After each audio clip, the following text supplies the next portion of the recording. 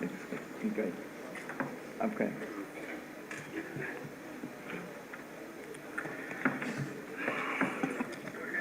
नमस्कार।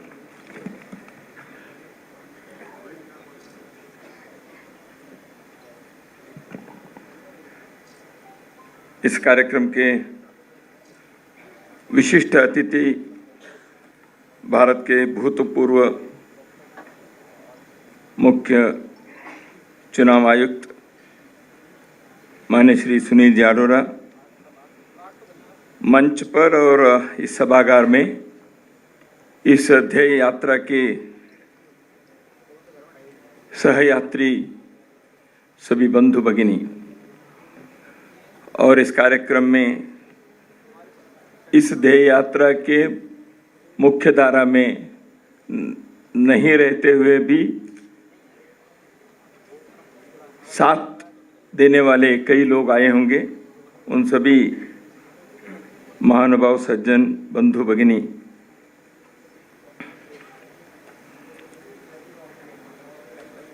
आज के इस कार्यक्रम में मंच पर बैठकर भाषण सुन रहा हूं और अभी आपके सम्मुख खड़े होकर कुछ बोलने के लिए प्रयत्न कर रहा हूं। सच में कहना है तो इस कार्यक्रम के स्वरूप ऐसे भाषण देने वाले और आप लोग सुनने वाले ऐसे होना चाहिए क्या, ऐसे मेरे मन में एक बार नहीं सैकड़ों बार यह विचार आया। मैं आप लोगों के सामने क्या कहूं, चुनाव आयुक्त के जैसे अनुभव तो मेरा नहीं है,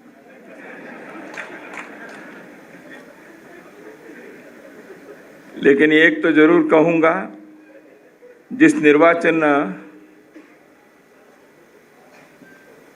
के दायित्व को निभाते हुए देश के लोकतंत्र को मजबूत करने के लिए आप वहां बैठकर किए, वह कार्य जमीन पर बैठकर हर बार, हर दम, हर समय करने का कार्य इन लोगों ने किया है।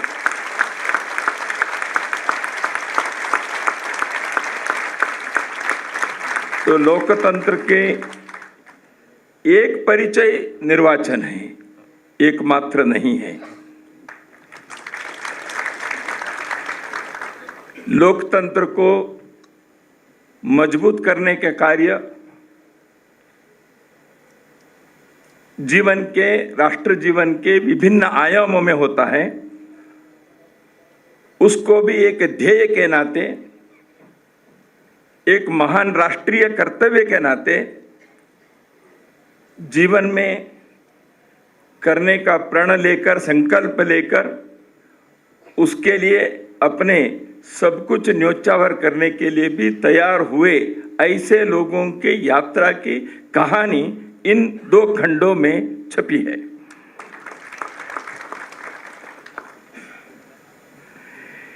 इतिहास क्यों लिखना चाहिए? वैसे देखा तो इतिहास कहा नहीं है इस पुस्तक में, बार बार इतिहास पुस्तक कहा, सुनील जी ने कहा इस इतिहास पुस्तक के रचना के इतिहास में दिल्ली में और एक खंड छापना पड़ेगा बाद में, क्योंकि 1990 के दशक में प्रारंभ में यह विचार जब आया, लगभग 91-92 में के दिनों में एक छोटी टोली बनी थी, उसका थोड़ा सा इतिहास सुनील जी ने कहा है, मैं उसमें नहीं जाऊंगा अभी।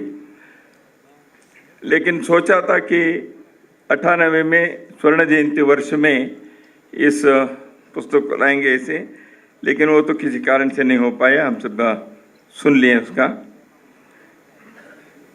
लेकिन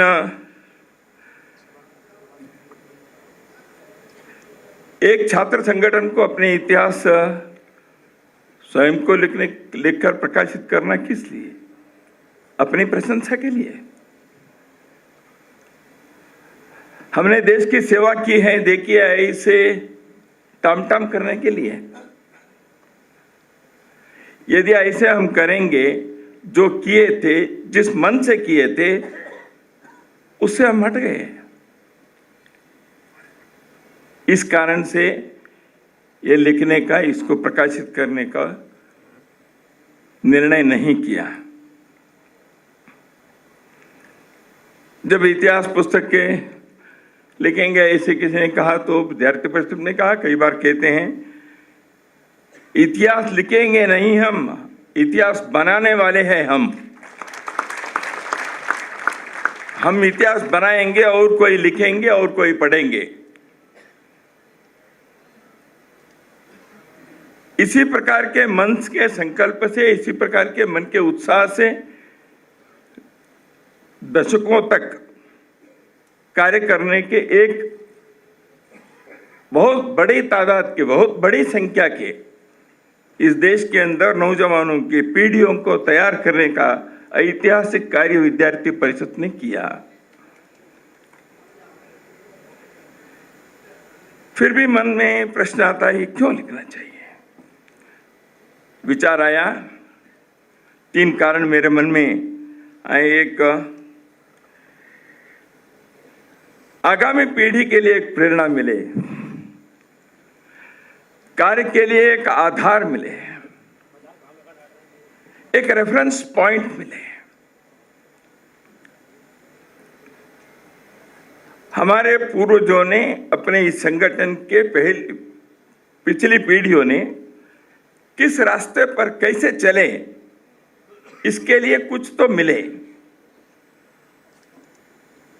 क्योंकि Vidyarthi Parishad is a permanent organisation of the floating population. प्रवाहमान छात्र समुदाय के स्थायी संगठन है। इसलिए हर पीढ़ी को पहले क्या किया ये कहने की जरूरत पड़ती है, सोचने के, समझने की आवश्यकता होती है। दूसरा कारण था, इस सारे उद्यम के पीछे एक अधिष्ठान है। इस सारे ध्येय यात्रा के पीछे ईंधन के नाते काम जो किया वह विद्यार्थी परिषद ने विकसित किया हुआ छात्र संगठन का एक अनोखा दर्शन है, a different wonderful philosophy of a student organisation.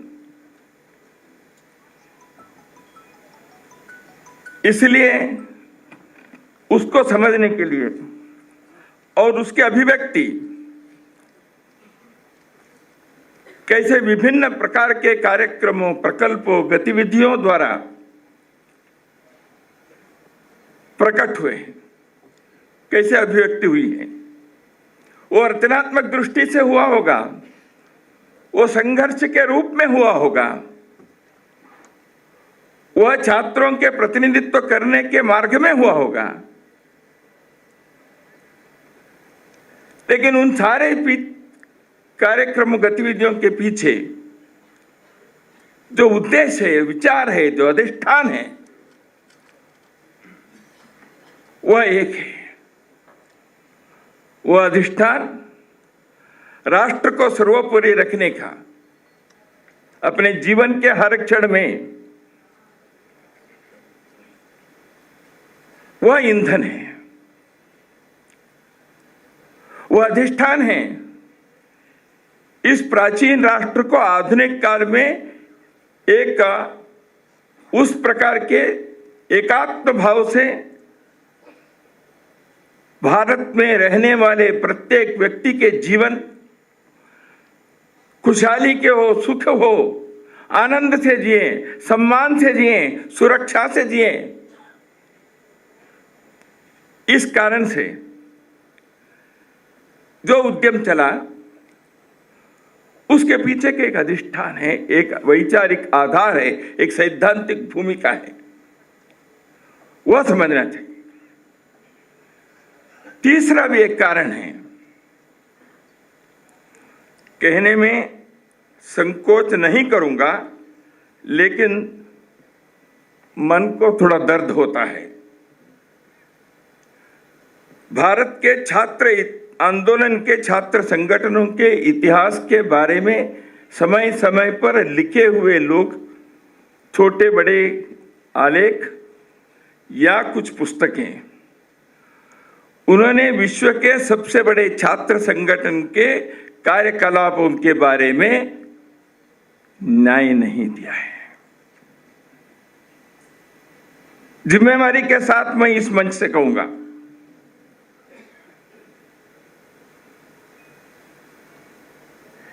in last 1 month I have gone through more than 100 articles. क्यों ऐसे हुआ है?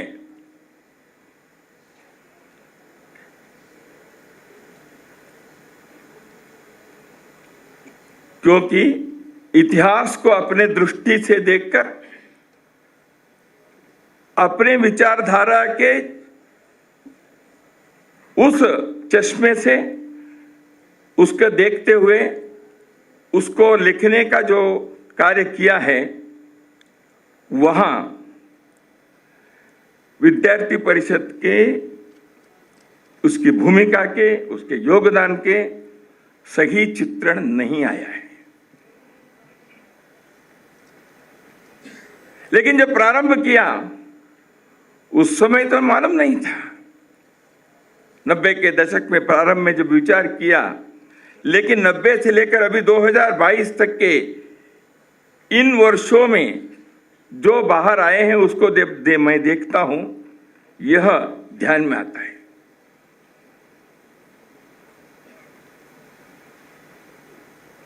विद्यार्थी परिषद ने जब इसको विचार किया, सुनील जी ने बताया, जैसे जैसे आगे बढ़ते गए इतिहास वो सामग्री इकट्ठी होती गई, इसलिए समय भी ज्यादा लगा।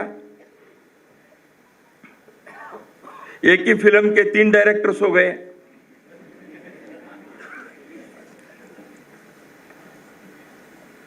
ऐसे फिल्म भी बने हैं, मुझे मालूम है। तो इसलिए तीनों संपादक विद्यार्थी परिषद के कार्यकर्ता हैं, इसलिए हम सबके अंदर जैसे गुण दोष रहते हैं वो इन संपादकों में भी हैं, हम सब में हैं। मुझे भी लिखने के लिए कहते हैं तो मैं 2-3 महीने लेता हूं 2 पेज लिखने के लिए। तो इसलिए सामग्री इकट्ठा करना ये सब बड़ा काम हो गया। लेकिन विद्यार्थी परिषद चुप बैठती नहीं है, प्रतिदिन इतिहास बनाती रहती है।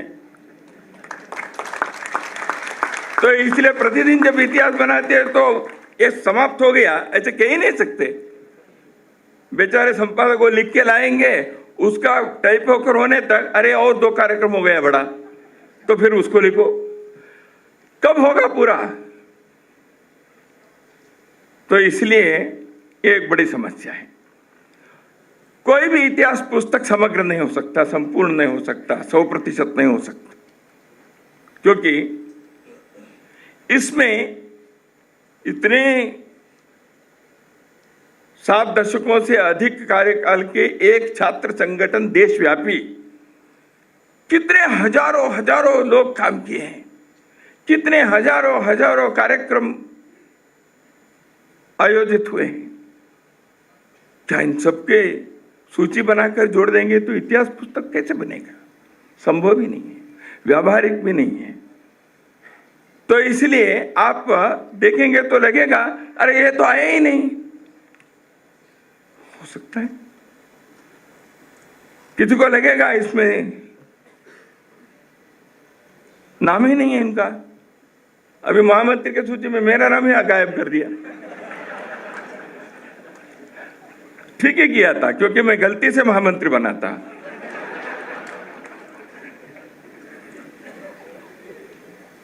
महेश जी महामंत्री थे, यहाँ बैठे हैं, उनके बाद महामंत्री बनना था, तो मैं बीच में एक साल के लिए मैं भी हो गया। बाद में सुशील जी बने। लेकिन संगठन में हम सब जानते हैं, विद्यार्थी परिषद में महामंत्री कौन बना कौन गया हमको कभी लगा ही नहीं है।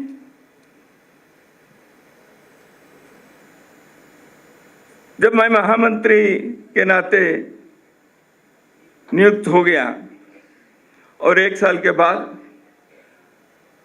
सुशील जी महामंत्री के नाते निर्वाचित हुए, तो उस दिन पिछले दिन रात को मदन दास जी ने, अभी दत्ता महामंत्री नहीं रहेगा कल से,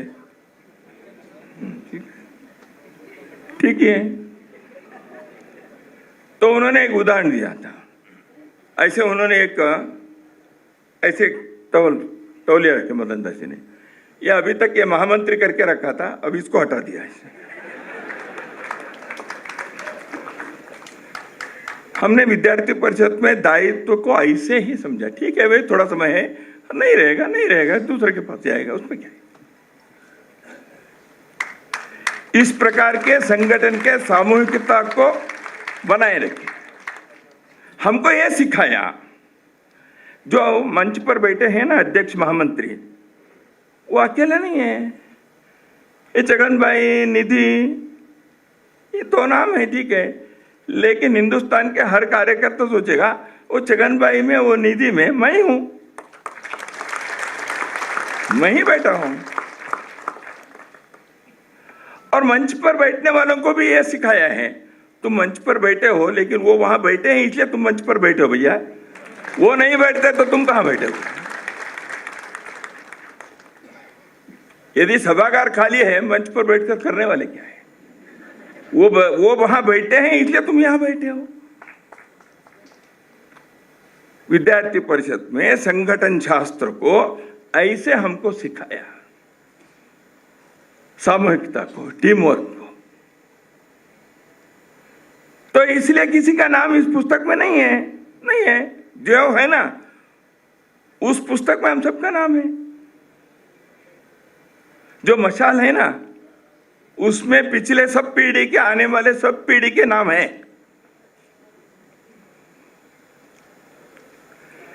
क्योंकि विद्यार्थी परिषद के कार्यकर्ता इस मिट्टी से ऐसे बने हैं। मुंबई में बहुत पहले एक वहां के स्थानीय सम्मेलन था, उसके लिए एक स्मारिका छाप रहे थे।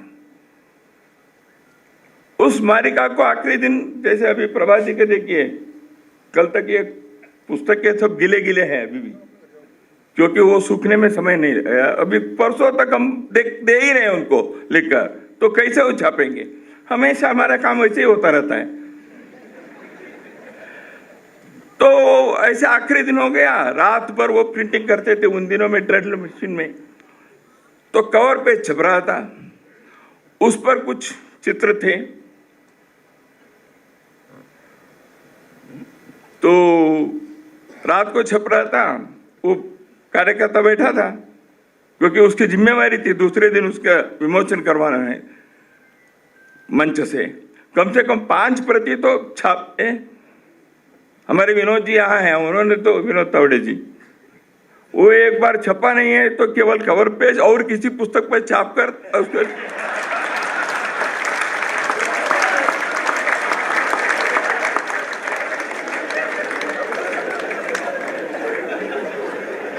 उसके बाद वो पुस्तक मंच से गायब, क्योंकि किसी को देंगे नहीं। मुझे याद है ठाणे में एक्टर श्री राम लागू, वो आए थे कार्यक्रम में, ठीक है। तो हमारे काम ऐसे चलता है, हाँ? तो मुझे लगा सुनील जी, अरोड़ा जी इतने आपको हंसाए हैं, मैं नहीं हंसाऊंगा तो आप उनके भाषण को याद रखेंगे।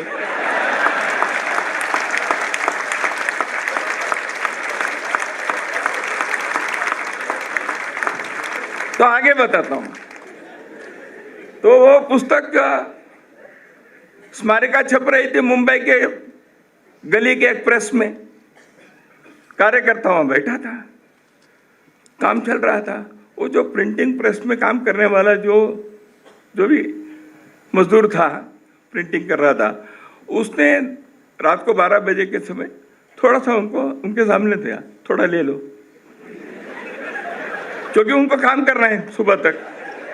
ये भी बैठा हुआ है, उनको बता रहा थोड़ा ले लो। उन्होंने कहा क्यों? थोड़ा स्पिरिट रहेगा।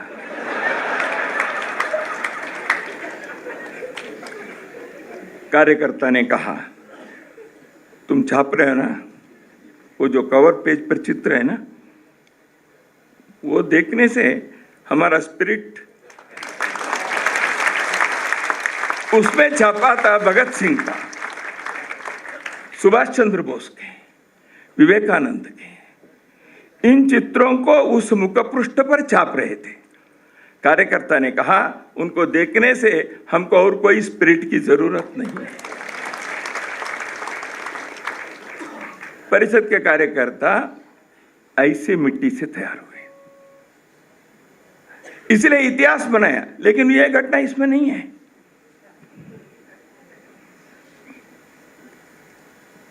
लेकिन इतिहास बना ऐसे लोगों के कारण। मन से कार्यक्रम होते हैं, अधिवेशन होते हैं,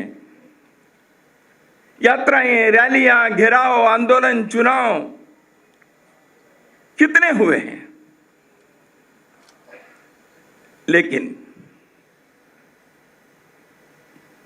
कश्मीर के आंदोलन के लिए भेजने के लिए जो कार्यकर्ता आया था दूसरों को भेजने के लिए, वो रेलवे स्टेशन आया था दूसरों को भेजने के लिए, विदा करने के लिए, सेंड ऑफ के लिए।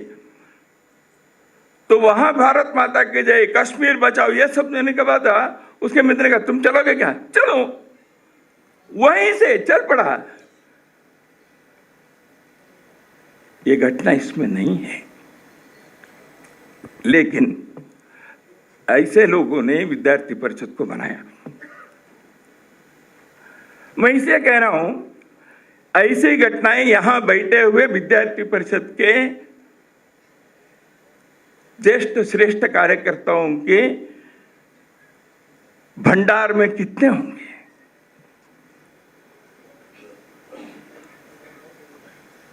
अद्भुत है। इसलिए यह प्रेरणा चाहिए। यह आत्म प्रशंसा के लिए पुस्तक में नहीं बनाए।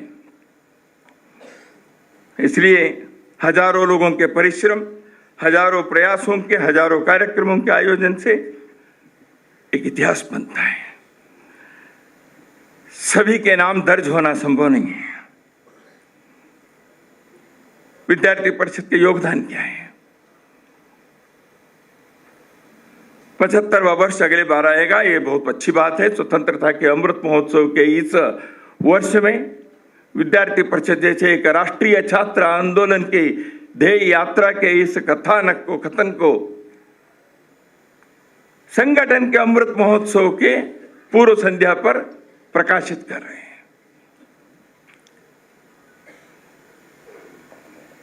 विद्यार्थी परिषद के योगदान क्या 35 लाख सदस्यता बनाए, इतने हजारों स्थानों पर है, 1500 विस्तारक पूर्णकालिक कार्यकर्ता हो जाएंगे। उपलब्धि है, अचीवमेंट है। What is the contribution? Contribution यह है, सामाजिक समरसता के लिए कार्य करना चाहिए। यह जीवन के श्रद्धा बनाकर एक मिलिंद कांबळे विद्यार्थी परिषद से तैयार होता है, जो दलित चेंबर ऑफ कॉमर्स जैसे एक आइडिया को देकर हिंदुस्तान में दलित समुदाय के, अनुसूचित जाति के लोग केवल नौकरी मांगने वाले ना बने, लेकिन उद्योगपति बने, ऐसे सोचकर कार्य करते। ये कॉन्ट्रीब्यूशन है। विद्यार्थी परिषद ने सोचा केवल मांगों के लिए, विद्यार्थियों के ये नहीं है, वो नहीं है, ये मांगने के लिए नहीं है भैया, वो तो है। लेकिन विद्यार्थी परिषद ने सोचा विद्यार्थियों को इस देश के साथ जोड़ना है, यहाँ के मिट्टी के साथ जोड़ने हैं, यहाँ के संस्कृति के प्रवाह के साथ उनको जोड़ना चाहिए, यहाँ के इतिहास के स्मरण के साथ उनको जोड़ना चाहिए, यहाँ के भविष्य के स्वप्न के साथ उनको जोड़ना चाहिए। इसलिए विद्यार्थी परिषद ने विचार किया, एक राष्ट्र सर्वोपरि इस विचार को लेकर, nation first.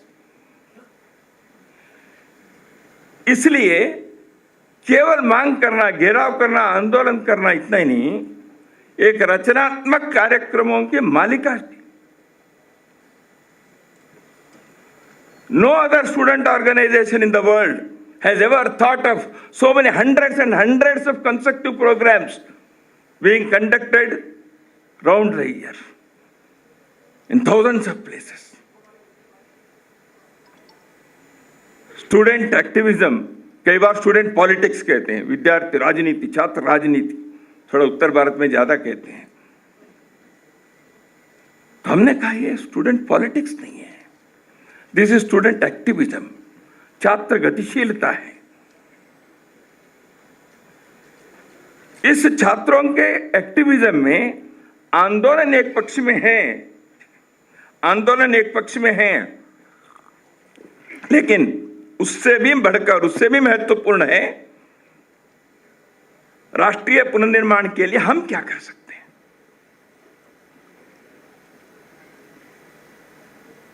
Every student organization, by nature, by definition, it will be an anti-establishment movement, no doubt about it.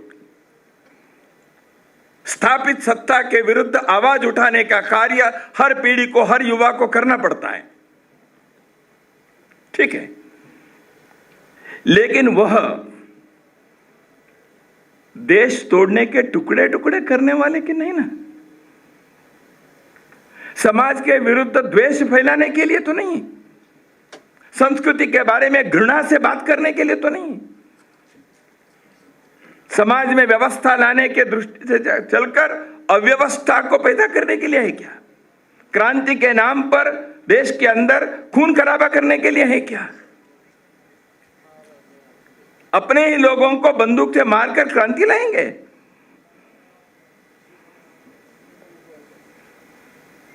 देश के विश्वविद्यालय के परिसरों से बंदूक से क्रांति लाने वालों के आवाज को बंद करने के लिए विद्यार्थी परिषद के कार्यकर्ताओं ने अपनी आत्माहुति दी।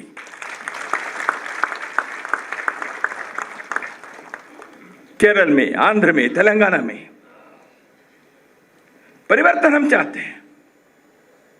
हर छात्र समुदाय, हर युवा समुदाय, हर युवा पीढ़ी बदलाव चाहती है, लेकिन वो बदलाव के स्वरूप क्या है, उसका मार्ग क्या है।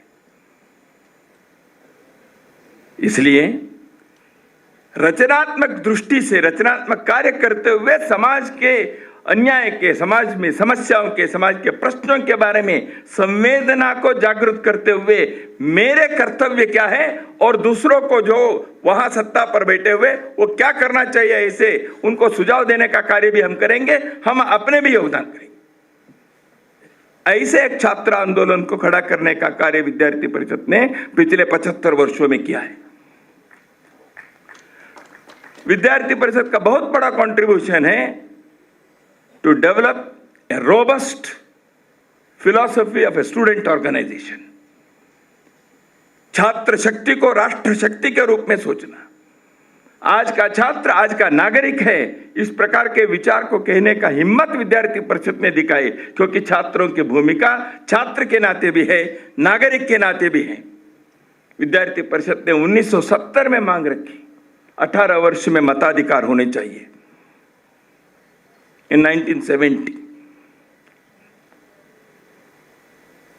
तो बाद में 1985 में इंटरनेशनल यूथ ईयर में भारत में 18 वर्ष के लिए वोटिंग राइट मिला।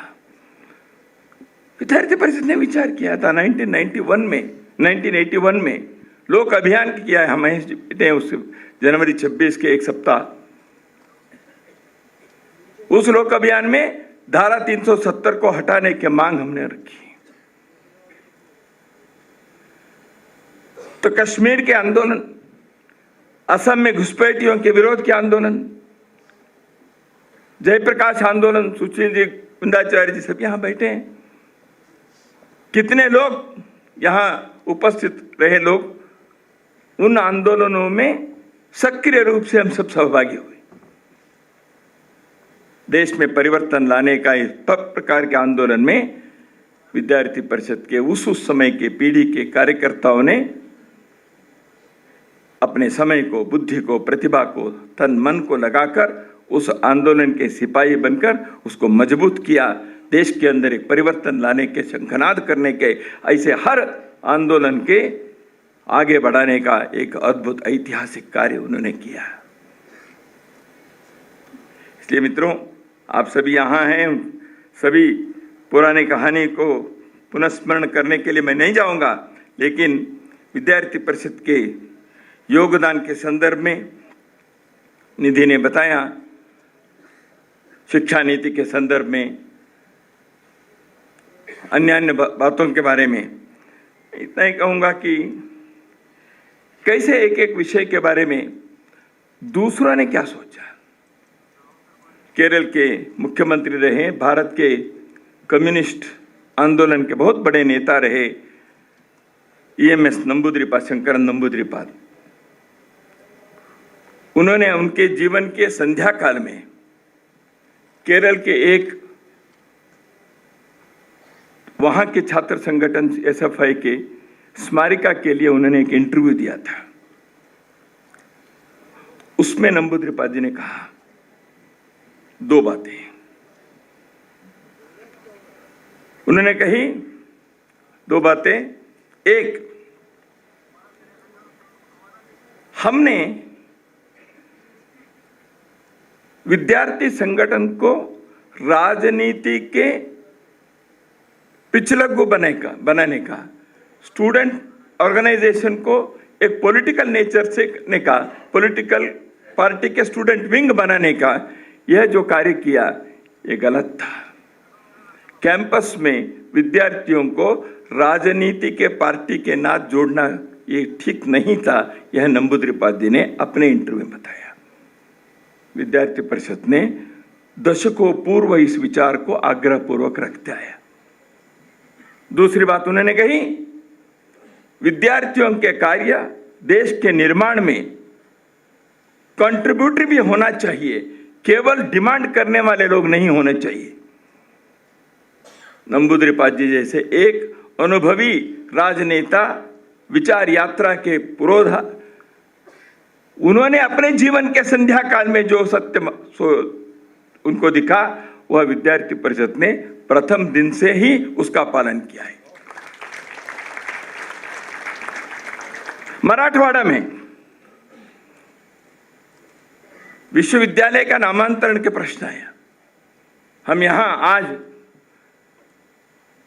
पूजनीय भारत रत्न बाबा साहेब अंबेडकर जी के इस हाल में बैठे हैं, इस भवन में बैठे हैं। मराठवाड़ा के विश्वविद्यालय के नामांतरण का प्रकरण था। यहां बैठे हुए बहुत लोगों को याद होगा। उसको डॉक्टर बाबा साहेब अंबेडकर के नाम रखने के 1978 में विधानसभा में निर्णय होने के पश्चात भी समाज के कई शक्तियों के कारण वह कार्य हो नहीं पा रहा था। उस समय इसको होना चाहिए तो डिमांड हुई, लेकिन जैसे आंदोलन होगा खून खराबा हो जाएगा, मारपीट हो जाएगी, एक दूसरे के सिर फोड़ेगी, ऐसे एक उद्विग्न स्थिति थी। विद्यार्थी परिषद के कार्यकर्ता ने, संघ विचार परिवार के अन्य संगठनों ने इस विषय को लिया। विद्यार्थी परिषद के कार्यकर्ता ने परिसरों में, विश्वविद्यालय कॉलेज परिसरों में इस विषय को आगे बढ़ाया। संवाद पथक, घर घर में जाकर लोगों को समझाने का कार्य किया। एक एक घर में गए, सैकड़ों हजारों घरों में गए। केवल सभा में प्रस्ताव पारित करके बड़ी रैली निकालकर होना चाहिए ऐसे कहने के लिए नहीं गए, संवाद किए। यह आवश्यक क्यों है ये बताया लोगों को मन मनाया। Without bloodshed Marathwada University name was renamed as doctor Baba Saheb Ambedkar. उस समय जो कृति समिति बनी थी, एक्शन कमेटी, जिसमें अनुसूचित जाति के बहुत सारे लोगों ने बनाया, उन्होंने एक मत से विद्यार्थी परिषद के प्रदेश अध्यक्ष सर्जय राव टोम्बरे जी को उस कमेटी में प्रमुख के नाते लिया। बाद में शरद पवार जी और रामदास अठवले जी अपने इंटरव्यू में बताया, विद्यार्थी परिषद और संघ विचार परिवार के लोगों के प्रयत्न के कारण यह कार्य अत्यंत ठीक से हो गया। कंट्रीब्यूशन क्या हो सकता है एक छात्र संगठन के? समाज परिवर्तन के कार्य करने के जो कार्य है, यहां थाना निगम आज आए हैं, अरुणाचल प्रदेश के पद्मनाभ जी यहां बैठे हैं। एक सील प्रोग्राम शुरू हुआ, students experience in interstate living. मन को जोड़ने का, परिवार को जोड़ने का, देश को जोड़ने का, राज्यों को जोड़ने का, भाषाओं को जोड़ने का, भावनाओं को जोड़ने का। Students' experience in interstate living, that experience was not a short-lived, only 30 days program. It became a lifelong experience. कैसे हुआ? यह विद्यार्थी परिषद की कंट्रीब्यूशन है। तो इसलिए विद्यार्थी परिषद ने जिन विचारों को लेकर शिक्षा परिवर्तन के हो, समाज परिवर्तन के हो, समरसता के हो, देश की सुरक्षा एकता के हो, या किसी प्रकार के समाज के प्रश्नों को हो, इन सारे विषयों को लेकर जो विद्यार्थी परिषद ने एक छात्र आंदोलन के नाते कार्य किया। Student is the agent of change, समाज के परिवर्तन के एक वाहक के नाते, एक सोशल डिटरेंट के नाते विद्यार्थियों को देखने का यह एक नया, ऐसे देखने की नई दृष्टि, यह एक वैचारिक अधिष्ठान के नाते स्वतंत्रोत्तर भारत के छात्र आंदोलन में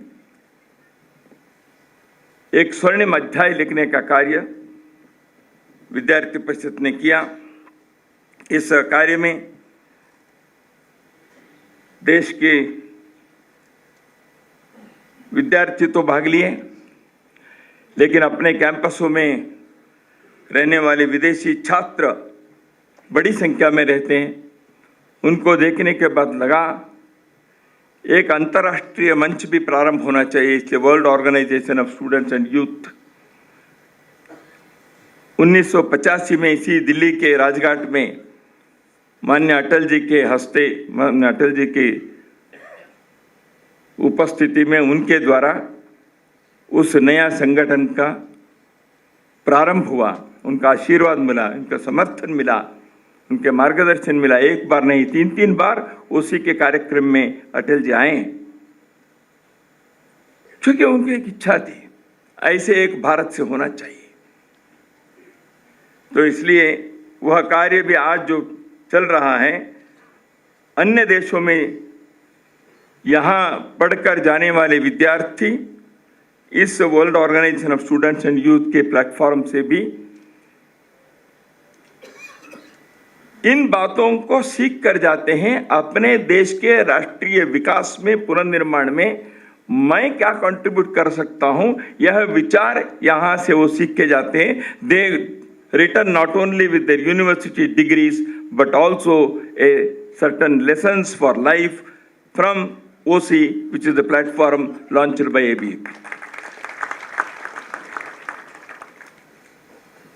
तो ज़्यादा और कहूँगा नहीं।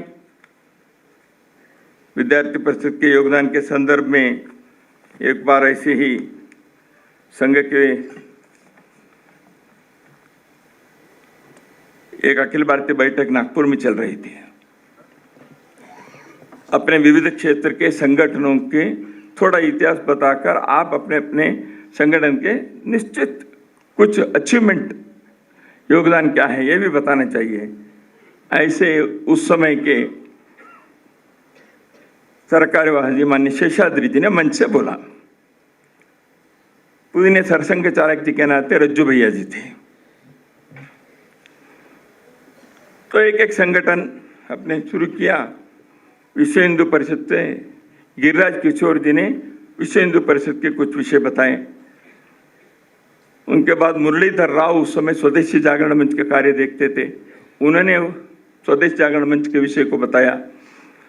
उस समय गोविंद जी के उस समय के राजनीतिक आश्रम में थे, तो इसलिए उनके पास भाजपा के संगठन मंत्री का काम था, इसलिए उन्होंने भाजपा के संदर्भ में कुछ विषय उन्होंने रखा।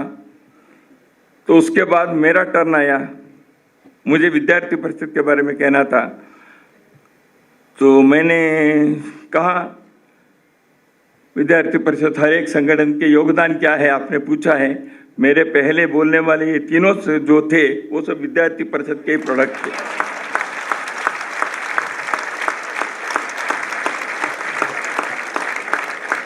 तो जैसे मैंने कहा, माननीय शेषाद्री जी ने कहा, मैं भी कर्नाटक में विद्यार्थी परिषद के प्रदेश मंत्री थे। तो रज्जू भाई ने कहा मैंने भी काम किया है।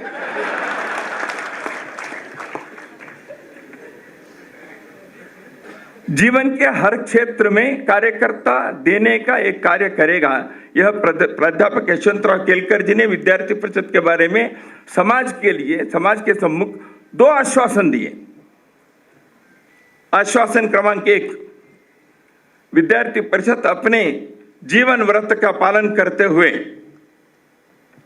समाज के हर क्षेत्र के लिए, राष्ट्र जीवन के हर आयाम के लिए योग्य कार्यकर्ता देने का कार्य करने के लिए आगे बढ़ेगा।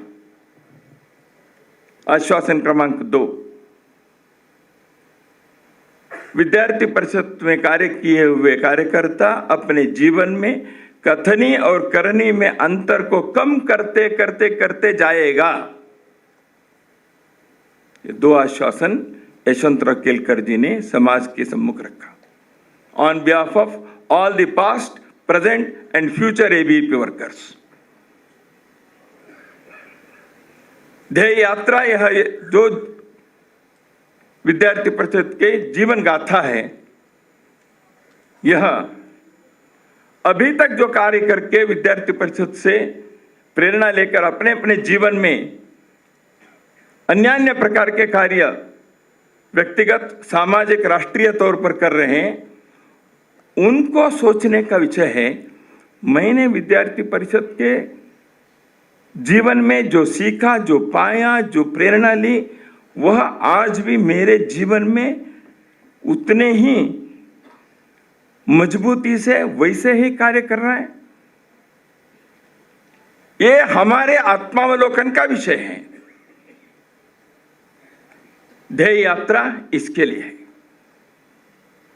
आने वाले कार्यकर्ताओं के लिए, पुराने कार्यकर्ताओं ने इतने सब किया है, तो इसलिए हमको उनके कंधों पर बैठकर और दूर देखना है। तो उस कंधे को, मजबूत कंधे पर वो खड़े रहे, इसलिए ध्येय यात्रा के पुस्तक है, ताकि वो जो छोटा बच्चा अपने कंधे पर बैठता है वो इससे ज्यादा दूर देखता है, वो देखने के लिए उनको सुविधा हो, इसलिए अगली पीढ़ी के लिए ध्येय यात्रा है। बंधुओं, दुनिया में छात्र आंदोलन ने अद्भुत योगदान दिया है। कई देशों के स्वतंत्रता के आंदोलन में, सामाजिक परिवर्तन में, राजनीतिक परिवर्तन में इश्यूज के आधार पर है, environment, social equality, harmony, human rights, डिसआर्मामेंट, कई प्रकार के। आज विश्वविद्यालय परिसरों में देश के तोड़ने वाली शक्तियों की आवाज, नारे कभी कभी उठते हैं। समाज के संस्कृति को, प्रवाह को घृणा से देखकर इस देश के आत्मविश्वास को तोड़ने का कार्य करने वाली शक्तियां भी जागृत रहती हैं। इस सब के बीच इस राष्ट्रीयता के मशाल को लेकर आगे बढ़ने वाले नौजवानों की पीढ़ियां विश्वविद्यालय परिसरों में एक विजयी उत्साह से आगे बढ़े। भारत दुनिया को, विश्व को, मानवता को देने का जो बहुत बड़ा उसकी नीति है, उसका कार्य है, उसका लक्ष्य है, उसको समर्थ बनाने के लिए विश्वविद्यालय परिसरों में निकलने वाले विद्यार्थियों की तादाद व समूह इस राष्ट्रीयता से ओतप्रोत होकर अपने जीवन में परिश्रम से, प्रतिभा से, संवेदना से, लगन से, प्रतिबद्धता से इस कार्य को आगे बढ़ाएं। विश्व के इतिहास में भारतीय छात्र आंदोलन ऐसे एक स्वर्णिम अध्याय को जोड़ दिया, ऐसे एक ऐतिहासिक कार्य करने में सफल हो, इसी शुभकामनाओं के साथ आप सबको शुभ से प्रणाम देकर मेरी वाणी को विराम देता हूं। नमस्कार।